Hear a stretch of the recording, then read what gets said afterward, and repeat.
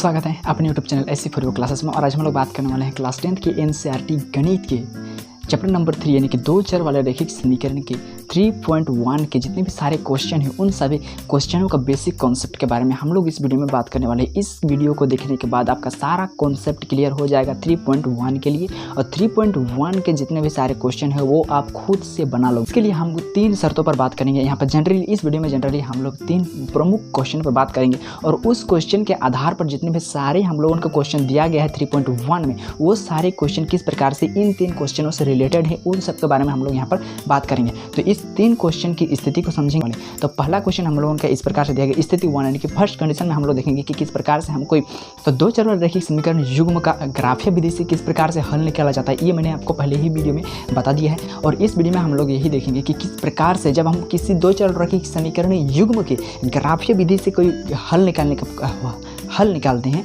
तो वह ग्राफ हमें कितने टाइप का देखने को मिलता है। यहाँ पर जो ग्राफ हम खींचते हैं वो ग्राफ हमें कितने टाइप से देखने को मिलते हैं, उसी टाइप्स के बारे में हम लोग यहाँ पर बात करेंगे, और उन टाइप्स का क्या मतलब है यहाँ पर उन सब के बारे में हम लोग यहाँ पर जानेंगे। तो स्थिति 1 में दो चर वाले रैखिक समीकरण का दो युग्म मैंने ले लिया है। पहले 3x + 4y = 20 और y = 1/2x। देखिए दो चर वाले रैखिक समीकरण में या तो दो इक्वेशन हमें दिया रहता है, या फिर यही दो इक्वेशन भाषा में हम लोगों को दिया रहता है कि आफ्ताब की आयु इतनी वर्ष इतना वर्ष, मतलब कोई ना कोई एक भाषा दे दिया जाएगा, और उस भाषा के अंदर में हमें ये दो इक्वेशन छुपा हुआ रहता है, और उस इक्वेशन का हम लोगों को ढूंढना रहता है और इस समीकरण युग्म में लाना रहता है। तो यदि हम लोगों का कोई समीकरण युग्म दिया रहता है तो बहुत अच्छा है, और नहीं तो हम लोगों को यदि यह रैखिक समीकरण युग्म यदि हमें कोई भाषा के अंदर में छुपा हुआ रहता है तो हमें वहाँ पर से फाइंड आउट करने को रहता है। तो हम लोग चलिए अभी मैं क्वेश्चन को नहीं लेता हूँ, डायरेक्ट यहाँ पर इक्वेशन को लिया हूँ। तो पहला इक्वेशन मेरे को दिया हुआ है कि 3x + 4y = 20 और y = 1/2x। इसमें से हम लोग देखेंगे कि ग्राफ जो बनेगा मेरा वो किस टाइप का ग्राफ बनेगा और इसका क्या मतलब होता है, वही हम लोग जानने वाले हैं।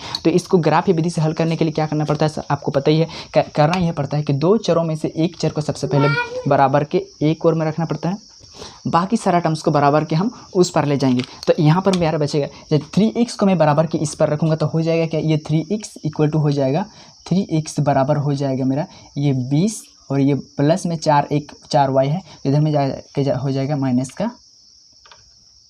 का 4y। अब हम इसको x का अलग करेंगे तो x बराबर हो जाएगा 20 - 4y/3। अब हमें इस ग्राफ को ड्रॉ करने के लिए हमको चाहिए आलेख, ठीक है। इस आलेख की मदद से ही हम यहाँ पर कोई इक्वेशन की मदद से एक ग्राफ को खींच सकते हैं, एक रेखा को खींच सकते हैं। इसके लिए हमें कम से कम 2 पॉइंट का जरूरत पड़ता है, क्योंकि आपको पता है कोई भी 2 बिंदु से हम एक सीधी रेखा खींच सकते हैं। तो इसके लिए कम से कम हमें 2 बिंदु का जरूरत पड़ेगा। तो और वही 2 बिंदु हम इस ग्राफ में प्राप्त करने के लिए एक आलेख को बनाते हैं, और उस आलेख को बनाने के लिए या तो हमें y का मान रखना पड़ता है और x का मान फाइंड आउट करना रहता है, या फिर हमें x का मान रखना पड़ता है और y का मान फाइंड आउट करना पड़ता है। तो हम वही अभी आलेख को खींचते हैं, और इस आलेख को खींचने के लिए हम क्या करेंगे, अभी हम x बराबर मान निकालेंगे। जब हम 20 - 4 इस y की जगह पर कुछ न कुछ मान को रखेंगे। देखिए यदि हम x यानी कि y के जगह पर इस y के जगह पर हम कुछ न कुछ मान रखेंगे तो x का मान हमें आराम से फाइंड आउट हो जाएगा। बस हमें यह दिमाग लगाना पड़ेगा कि हम y का मान यहाँ पर क्या रखेंगे कि मेरा जो ग्राफ बनेगा वो इस ग्राफ के अंदर में आ जाए, छोटा बने उतना बड़ा भी ना बने, इस चीज़ को ध्यान में रखना पड़ता है। तो हम देखते हैं कि y की जगह पर क्या रखेंगे कि मेरा x बराबर कोई अच्छी संख्या आ जाए। तो हम y बराबर क्या रखेंगे, सबसे पहले रखते हैं y = 2। तो इससे क्या हो जाता है, यह मेरा हो जाएगा 4 दूनी 8, और 20 में से यदि हम 4 दूनी 8 घटाएंगे तो मेरा बचेगा कितना, 20 में से यदि हम 8 घटाएंगे तो बचेगा मेरा 12, और बट्टे में 3, 3 का 3, 3 चौके 12। यदि हम y = 2 रख रहे हैं, देखिए यदि हम y की जगह 2 रखे हैं तो x का वैल्यू मेरे को कितना मिला, 4 मिला। वही 4 को मैं यहाँ पर लिख दिया हूँ। अब हमको फिर से देखना है कि y की जगह हम क्या रखेंगे। इसी y की जगह पर हम क्या रखेंगे कि x का मान कोई और प्राप्त हो जाएगा।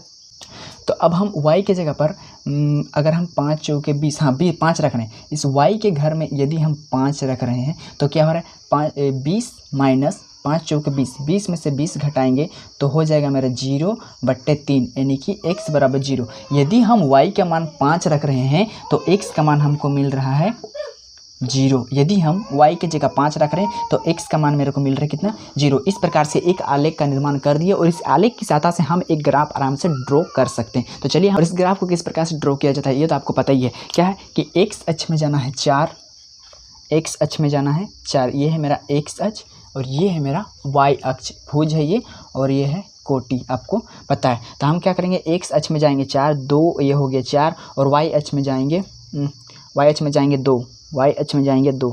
तो ये एक दूसरे को कहाँ कौन सा बिंदु पर प्रतिच्छेद कर रहे हैं, इस बिंदु पर। ये दो बिंदुओं से यानी कि ये दो निर्देश अंक से हमें यह बिंदु प्राप्त होती है। अब हम क्या करेंगे, अब हम इस दोनों बिंदुओं से देखेंगे कि यह अपना जगह कहाँ पर दर्शा रहा है। x अक्ष में जाना है 0, x अक्ष में जाना, ये है मेरा x अक्ष जाना है 0 यहीं पर रहेगा और y अक्ष में जाना है 5 और y अक्ष में जाना है मेरे को 5, 2, 4 और ये हो गया बीच में मेरा 5। इस जगह पर बिंदु दिखा रहे हैं। अब ये दोनों बिंदु से हम एक सीधी रेखा आराम से खींच सकते हैं। तो हम खींचते हैं सीधी रेखा।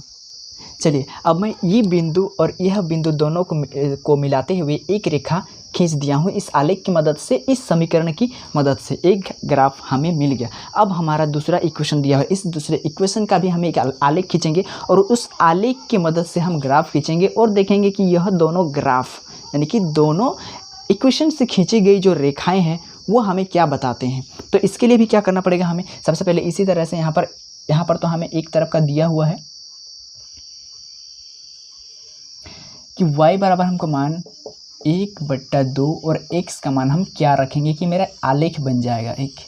तो देखिए हम क्या करेंगे, इस x के जगह पर सबसे पहले तो हम 0 रखते हैं। x के जगह यदि हम 0 रखेंगे तो सारा टर्म्स को 0 कर देगा, यानी कि y बराबर हो जाएगा 0। तो y बराबर में हमको मिलेगा 0। यदि हम इसी x के घर में, यदि हम इस x के घर में 2 रखते हैं तो ये 2 और ये 2 कट जाता है और बचता है 1।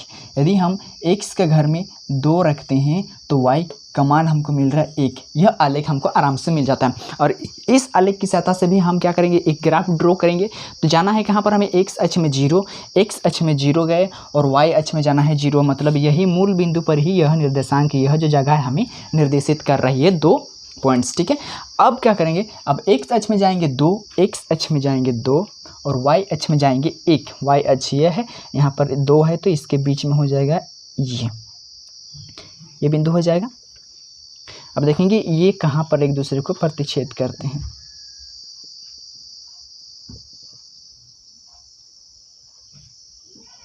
इस बिंदु पर ये दोनों एक दूसरे को प्रतिच्छेद कर रहे हैं। अब 2 पॉइंट हमें मिल गया। अब आपको पता है कि 2 बिंदु मिल करके एक सीधी रेखा का निर्माण कर सकते हैं। तो हम क्या करेंगे, यहाँ से एक सीधी रेखा को खींच देते हैं।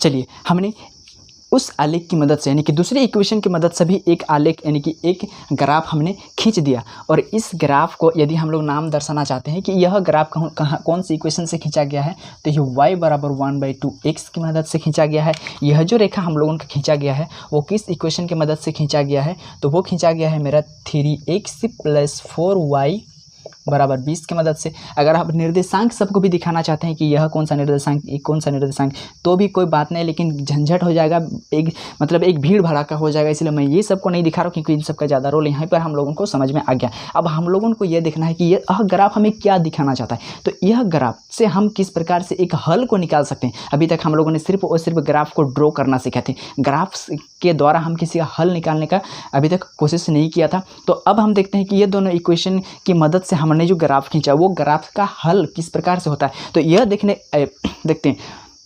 तो यहाँ पर ध्यान दीजिएगा कि ये जो मेरा पहला ग्राफ है, यह जो पहला रेखा है और ये जो दूसरा रेखा है, एक दूसरे को एक बिंदु पर प्रतिच्छेद कर रहे हैं और उस बिंदु का नाम है, उस निर्देशांक का नाम है मेरा x अक्ष में गया है 4 और y अक्ष में गया है 2। ये एक ऐसा बिंदु है जहाँ पर दोनों रेखाएं एक दूसरे को प्रतिच्छेद करती हैं। यही है एक ऐसा बिंदु है जो दोनों रेखाएं एक दूसरे को प्रतिच्छेद करती हैं, उभयनिष्ठ बिंदु है। मतलब यह बिंदु क्या हो जाएगा, ये दोनों रेखा यानी कि दोनों समीकरणों के हल हो जाएंगे। दोनों समीकरणों के हल कहने का मतलब यह होता है कि यदि हम x बराबर 4 रखेंगे और y बराबर अगर 2 रखेंगे, x बराबर 4 रखेंगे और y बराबर अगर 2 रखेंगे और इन इक्वेशन में अगर मान सबको रख देंगे तो यह इक्वेशन संतुष्ट हो जाएगा, मतलब दोनों तरफ 20 हो जाएगा। करके देखते हैं क्या यह मेरा बात सही है या गलत है। चलिए मैं रख करके देखता हूँ। इस इक्वेशन में अगर हम x का बराबर 4 रखेंगे, y के बराबर 2 रखेंगे तो क्या मेरा दोनों और 20 आएगा, मतलब यह समीकरण को संतुष्ट करेगा। तो उसके लिए क्या किए, हम इस समीकरण को यहाँ पर ड्रॉ कर लिए हैं। ठीक है, अब हम x के जगह पर क्या रखेंगे, x के जगह पर रखेंगे 4 और y के जगह पर हम रखेंगे कितना, y के जगह पर रखेंगे 2। अब हम इसको हल करेंगे तो ये हो जाएगा मेरा 4 12 और ये हो जाएगा मेरा 4 दूनी 8। क्या उधर 20 आएगा, तो 8 2 2 10 और 1 2 20 बराबर 20। मतलब यही होना कह रहा है कि यह जो समीकरण का एक और एक हमको हल मिल रहा है और वो है बिंदु 4.2। यह बिंदु जो है समीकरण 1 और समीकरण 2 दोनों को संतुष्ट कर रहा है, मतलब यह दोनों समीकरणों का क्या है, एक हल है। तो इस प्रकार से हमने देखा कि ग्राफ में एक ऐसी स्थिति उत्पन्न होती है जब दो समीकरणों के द्वारा खींचा गया रेखा एक दूसरे को प्रतिच्छेद करते हैं तो उसका हमें सिर्फ और सिर्फ एक हल मिल रहा है। हाँ, बात किया जाए अगर यह दोनों समीकरण एक दूसरे को कहीं पर प्रतिच्छेद ही नहीं करते तो क्या हमें इसका कोई हल मिलता, नहीं। तो हमें इस दोनों समीकरणों का कोई भी उचित हल नहीं मिल पाता।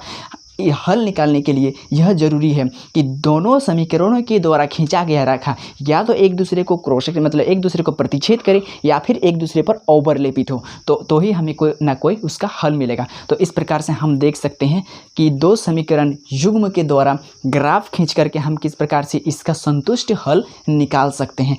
और इस प्रकार से हम देख सकते हैं कि यदि किसी ग्राफ में दो समीकरण युग्म के द्वारा रेखा खींचा जाता है ग्राफ में और वो ग्राफ यदि एक दूसरे को एक ही बिंदु पर प्रतिच्छेद कर रहे हैं, मतलब उस समीकरणों का दोनों समीकरणों का सिर्फ और सिर्फ एक ही हल हो सकता है। इस स्थिति को कहा जाता है अद्वितीय हल।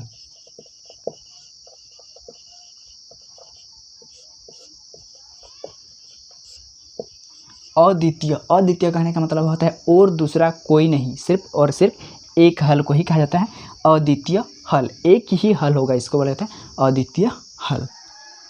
तो चलिए अब हम बात करते हैं कि यदि यह तो मेरा अद्वितीय हल है, यह हम समझ गए, लेकिन अगर क्वेश्चन में हम लोगों को पूछा जाएगा कि एक दो इक्वेशन दे दिया जाएगा कि यह एक इक्वेशन है और यह इक्वेशन मतलब समीकरण 1 दिया रहेगा, समीकरण 2 दिया रहेगा और बोलेगा कि पता अब बताइए कि जो समीकरण 1 और समीकरण 2 है इसका कितने सारा हल होंगे, मतलब सिर्फ एक हल होगा कि बहुत सारा हल होगा कि इसका कोई भी हल नहीं होगा, पूछा जाएगा। तो हम क्या करेंगे, क्या हमें बार बार इस ग्राफ को ड्रॉ करना पड़ेगा। यदि हमें बार बार ग्राफ को ड्रॉ करना पड़ रहा है तो हमें टाइम की बहुत ज़्यादा डिमांड रहेगा, यानी कि टाइम हमें बहुत ज़्यादा लेना पड़ेगा। इस समय की बचत करने के लिए एक शॉर्ट विधि यानी कि शॉर्ट एक सूत्र के जैसा एक फॉर्मूला की तरह बनाया गया है ताकि हम उस फॉर्मूला से जाँच कर सकें कि कौन सी कंडीशन है, कौन सी स्थिति है जिसको देख करके हम इस समीकरण को देखेंगे और बता पाएंगे कि यह समीकरण का सिर्फ एक हल होगा, बहुत सारा हल होगा कि कोई भी हल नहीं होगा। तो उसके लिए क्या किया गया, ये जो दोनों इक्वेशन है इसके गुणांकों का अनुपात को देखा गया कि वह बराबर किस है कि नहीं है।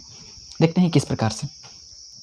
इसके लिए हमें इस समीकरणों के युग्म का पता लगाना पड़ेगा। तो आपको पता है समीकरण के गुणांक होते हैं, यानी कि दो चर रेखिक समीकरण के जितने चर होते हैं उन चरों का अपना अपना अलग अलग गुणांक होते हैं। वही गुणांकों का अनुपात करके हम लोग देखेंगे और अगर अनुपात में इक्वल हो रहा है नहीं हो रहा है उसी स्थिति से हम लोग जाँच कर सकते हैं कि ये जो दोनों समीकरण है इसके एक हल होंगे कि बहुत सारे हल होंगे। तो इसके लिए क्या करना पड़ेगा, देखिए ये है मेरा गुणांक, x का गुणांक कितना है 3 है, y का गुणांक 4 है, ये मेरा अचर पद है। यहाँ पर भी x का गुणांक कुछ नहीं मतलब 1 है, y का गुणांक -2 है, कुछ नहीं है 0 है यहाँ पर अचर पद में। ठीक है, तो इस प्रकार से हम क्या x का गुणांक का हम कुछ नाम दे सकते हैं। तो x का गुणांक का क्योंकि यह इक्वेशन 1 है और ये इक्वेशन 2 है तो x का गुणांक को हम मान देते हैं a1, y के गुणांक को मान देते हैं b1 और अचर पद को नाम देते हैं हम c1। यहाँ पर भी क्योंकि हम a तो नाम नहीं दे सकते क्योंकि यह a पहले ही दे चुके हैं, इसलिए हम करेंगे इसको a2, y के गुणांक को b2, अचर पद को c2। इस प्रकार से बोल सकते हैं। अब मेरा यहाँ पर a1 क्या है, x का गुणांक है 3, y का गुणांक है 4 और अचर पद है मेरा इस बराबर, इसको अगर बराबर की इस पर लाएंगे तो ये हो जाएगा मेरा -20। ये हो गया। यहाँ पर भी इस इक्वेशन, इसको हम लोग इक्वेशन के रूप में लिखेंगे तो ये दोनों क्या हो जाएगा, क्रॉस मल्टीप्लाई हो जाएगा, यानी कि 2y बराबर x हो जाएगा। तो x minus 2y equal to 0, अगर हम इसको इक्वेशन के रूप में अगर लिखेंगे तो इस प्रकार से इसको लिखा जा सकता है। तो यहाँ पर भी देखा जाए तो x का गुणांक मेरा क्या है, कुछ नहीं मतलब 1 है, y का गुणांक कितना है -2 है, और यहाँ पर अचर पद मेरा, इसको अगर हम इधर लाएंगे तो ये 0 ही हो जाएगा, 0। अब इसी गुणांकों का अनुपात से हम पता लगा पाएंगे कि इसका किस प्रकार से अद्वितीय हल होगा। इसके लिए हमें करना पड़ेगा, ये जो मेरा पहला गुणांक है और इसका पहला गुणांक है, इसके अनुपात, ये जो दूसरे यानी कि y का गुणांक है, ये दोनों y के गुणांक है के अनुपात के बराबर नहीं होना चाहिए। कहने का मतलब है इसका जो पहला यानी कि x का दोनों का जो गुणांक है, मतलब a1 होगा पहला समीकरण का और a2 होगा दूसरा समीकरण का, और b का जो समीकरण यानी कि y का गुणांक पहला समीकरण का और y का गुणांक दूसरा समीकरण का, ये इक्वल नहीं होना चाहिए। अगर आपको पहले ही दोनों समीकरणों के गुणांक अगर पहले ही कटता हुआ दिखता है, इसका मतलब हम लोग बोल सकते हैं कि यह जो हल है अद्वितीय हल है। मतलब इस समीकरण का सिर्फ और सिर्फ हमें एक हल मिलेंगे, इससे ज़्यादा हल नहीं मिलेंगे। तो इस प्रकार से यदि कोई हमें समीकरण युग्म दिया हुआ रहता है और पूछा जाता है कि यह अद्वितीय हल है कि नहीं है, तो इसके लिए हमें इसके गुणांक पर ध्यान देना पड़ता है। तो इसके अगर गुणांक हमें पता चल जाते हैं और इसके गुणांक को हम लोग चेक करेंगे कि अद्वितीय हल की है कि नहीं, उसकी स्थिति में तो पहला शर्त यह है, इसकी जो a वाला गुणांक है यानी कि दोनों ही x का गुणांक और y के गुणांक दोनों का अनुपात जो है वो इक्वल नहीं होना चाहिए। पहला x का गुणांक और y के गुणांक के अनुपात बराबर नहीं होना चाहिए। तो क्या करेंगे, ये 3 और इधर कुछ नहीं मतलब 1 बराबर, इसमें है 4 तो इसमें 4 और इसका है -2। क्या ये दोनों बराबर हो गए? नहीं हुए, ये बराबर नहीं हुए। इसका मतलब क्या हुआ कि इसका सिर्फ और सिर्फ एक ही हल है, इसी को कहा जाता है अद्वितीय हल। अब हम लोग देखते हैं कि क्या कोई ऐसे भी समीकरण युग्म होते हैं जिसका बहुत सारा हल होता है, तो उसको भी हम लोग इसमें देख लेते हैं। चलिए,